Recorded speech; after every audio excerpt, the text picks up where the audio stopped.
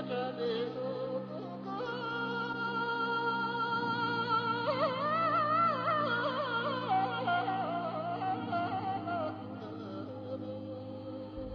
we went to the Norbalinka Palace, which was the summer palace built in 1755 for the 7th Dalai Lama.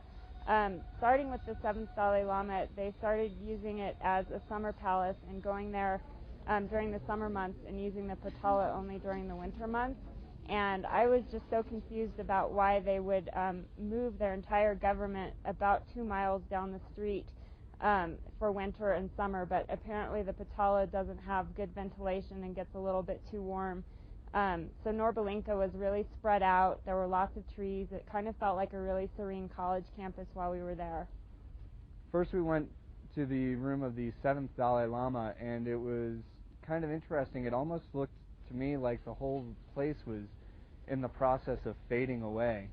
The colors were really muted and kind of faded, and the whole place just looked like it was almost disappearing before your eyes. It was kind of interesting. After the 7th Dalai Lama's palace, we went to the 13th and 14th Dalai Lama's palace, and that one particularly looked like it had just been abandoned, which actually I guess it had been when the Dalai Lama left. That was actually the palace that he escaped from dressed as a Tibetan guard. Both palaces were set in a really nice area. There was a whole large grounds that you could wander around for a while. There was a man-made lake, and there was a lot of woods. This afternoon we went into Barkor Square to do a little bit of shopping, and I am definitely green. I've lost, I think, most of my bargaining powers and haven't had enough time to get back into the swing of things. The first woman that I stopped at her stall, she was very aggressive and kept trying to sell me something that I just could never afford, and it was just way too much, and I don't have the budget for it. I eventually ended up buying a human skull with inlaid silver.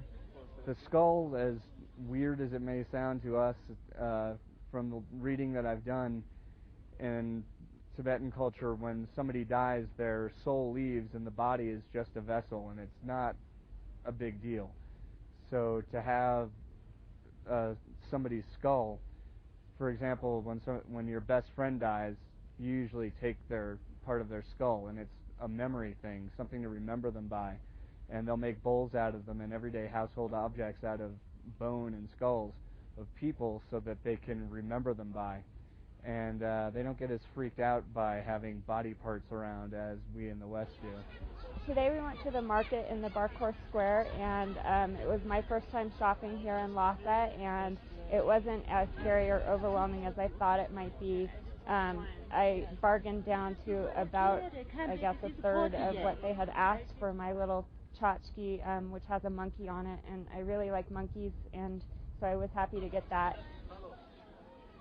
We did find a Tibetan woman who was selling, had a little stall there, and we got a chance to talk to her through an interpreter, and that was actually really nice.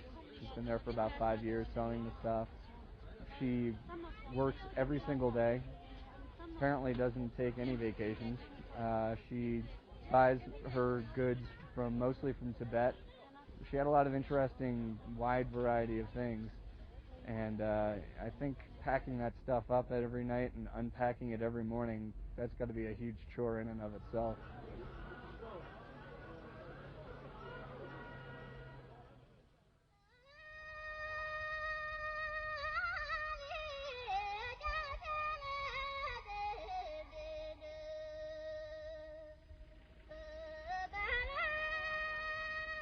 I think I got a lot of what I hoped to get out of this experience.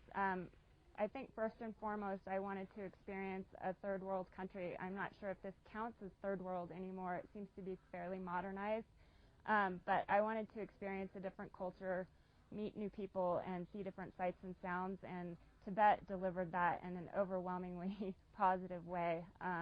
The scenery was beautiful, the people were wonderful, and I really had a nice time just seeing different sights, and I felt that I got to see some of the religious aspects, some of the cultural aspects, and just really get to see different parts of life here, political and religious and just day to day. My biggest perception that has changed from having spent time here in Tibet, and I'm really surprised about this, is I'm no longer sure that Tibet really needs to be an independent nation. Before I came, Free Tibet seemed like such an obvious and cut and dry statement. I was like, of course, Free Tibet. Why wouldn't you want them to be Free Tibet? And now having been here and having talked to some Tibetans about the whole situation, I'm not at all sure that Tibet needs to be an independent state, and I'm not the least bit convinced that most Tibetans even want that.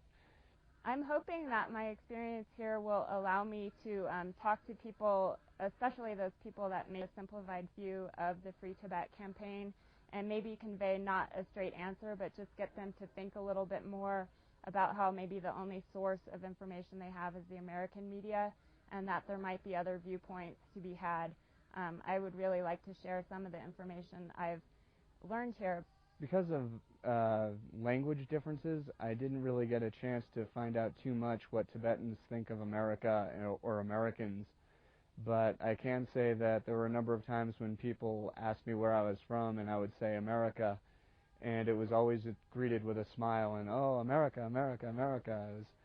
It was always a happy response, which I was glad to hear. I was a little nervous the first few times I said I'm an American.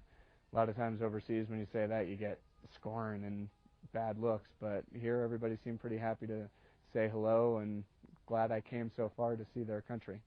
The more I talked to people here, the more I found out that they're actually really grateful to the Chinese for some of the new improvements and opportunities that they have. Certainly in education and in consumer goods, they have a lot more choices. With education, they're learning Tibetan, Chinese, and English, and I think that's helping them to get by in the world and make an influence here. I was impressed that they're actually still learning Tibetan as well as the other two languages, and it seems that they're trying to retain their culture and identity while also embracing the change and modernity and having better lives. I think the most important advice I could give to anybody who wants to come to Tibet is to come with an open mind and try to let go of all your notions that you have about Tibet. I know personally I had a lot of notions that were sort of force-fed to me, and I'm now realizing more than ever that American media and just the American point of view is really, really one-sided. And it was very hard at first to not have knee-jerk reactions to everything anybody said, and it took a while to let go of that, but after a while I finally managed to. It's been 2 weeks and I'm starting to get over my knee-jerk reactions to what communism is all about and what Free Tibet is all about, and starting to actually listen and look and really see what's going on. And I think that's a very important thing for anybody coming here.